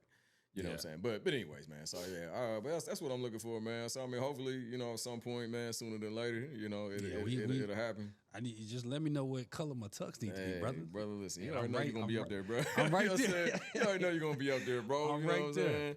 I definitely, I did a wedding shoot, man, a couple months ago, man. Oh yeah, I think I seen that. In Talent, yeah. I do the little acting and modeling stuff a little bit here on the side. Yeah, whatever, he's a model, as you can see, the brother, a little bit here and there. I ain't nobody's big time model. I just be listening.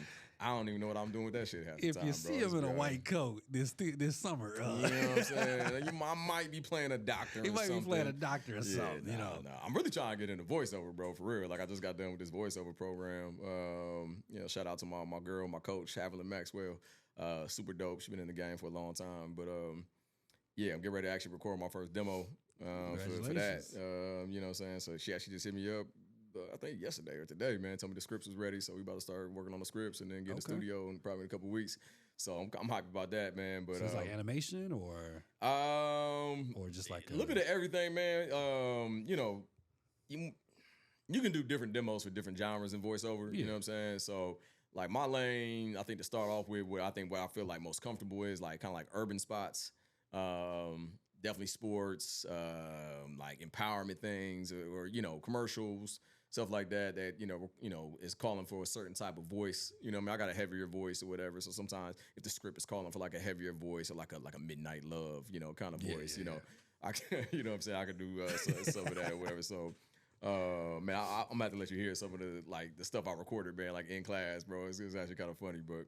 I'll check it out. Yeah, man. But yeah, like I said, did the wedding shoot, and so I was my dad's best man when he got remarried. Okay. And my pops, he had like a white tux.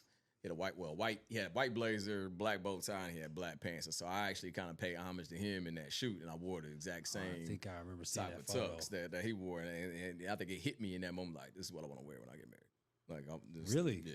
Not necessarily that particular suit per se. But colorways. I'm gonna pay homage to him because he ain't gonna be able to be there. You know what I'm saying? Yeah. God rest his soul. So I'm gonna pay homage to him, man. I'm gonna rock the same tux he rocked, man. So whenever that day comes, man. That's what's up. Yeah, bro. That's what's up. Yeah, I mean, should we what we were 142? Yeah. In? Wait, hour 42 in? Yeah, we are. Yeah, go to timer right there. Damn, shit. I ain't know we've been talking That's that why long, I bro. said, man, you literally can just go off of this. You know, I'm at the point where I'm probably gonna wrap it up or whatever like that. But yeah, man, I definitely appreciate you coming on the show. For sure, man. Listen, sorry we had some technical difficulties earlier. Man. I got to figure out that camera. Yeah, bro. I literally just bought it after I got off work. Man, now listen, bro. I appreciate you having me on here, man. Hey, listen, shout out to you, bro, for your success, man. I see you, you grind. You ain't never afraid to shoot your shot, bro. Like you always willing to like, hey, dog. Listen, and when you do something, bro, like you do it. I be like, damn, bro, the ex really like did that shit. Like that's like when I did MMA. Yeah, man. I fell in love with MMA. And that's what I tell people. I forgot about that. You used to kill that shit, bro. Yeah, I was literally in that bring bitch. That I shit started back when you come to Columbus, man. That used to be my shit. I ain't gonna lie, man. I feel like I want to do it because we have the spot and it got a clubhouse in there. And I was like, where y'all moving to? Well, no, where we at right now. Okay. And I was like, Lottie, I think I want to do MMA. Like, I really, because I'm about to leave Cleveland. And I'm just like, a little going away. Make that your going away party, like a going away party. Do MMA, you know what I'm saying? Damn, that'll be dope. Yeah, I'm thinking about it. I might do that. But yeah, I definitely bring it to Columbus. Yeah, definitely, bro. For sure. Listen, you can make that an event, dog. Like well, that was the I don't want to say the goal or the dream or whatever, but yeah, because I started off with like 8 people. Yeah. And then we just started chopping it up, whatever, like that one griddle. Yeah.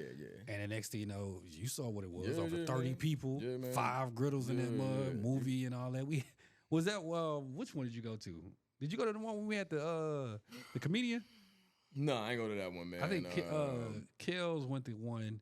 We just watched the movie, man. I don't think we we had a comedian come up in there. I think I remember that. I remember y'all talking about. I couldn't make it up for whatever reason. Yeah, he did a 30-minute bit. I was like, get the fuck out of here. We literally got a comedian come to this joint, bro. That shit dope, bro. Yeah, I miss it, man. Well, I told you when I do something like, you know what I mean, like all this equipment that you see up in here and stuff like that. I'm really, really serious about the YouTube thing, man. Yeah, for sure. And helping people, but at the same time, what it could do for my family and stuff like that. And you know, I don't want to spoil too much, but get used to this face.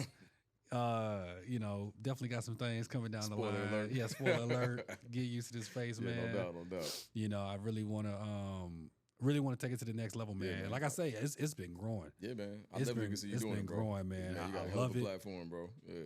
I wanna bring your platform, my platform together and see if we can, you know, grow something. You already know what we're gonna do, man. I'm excited. I can't wait to get to Columbus. Yeah. We're gonna have some fun about with it, bro.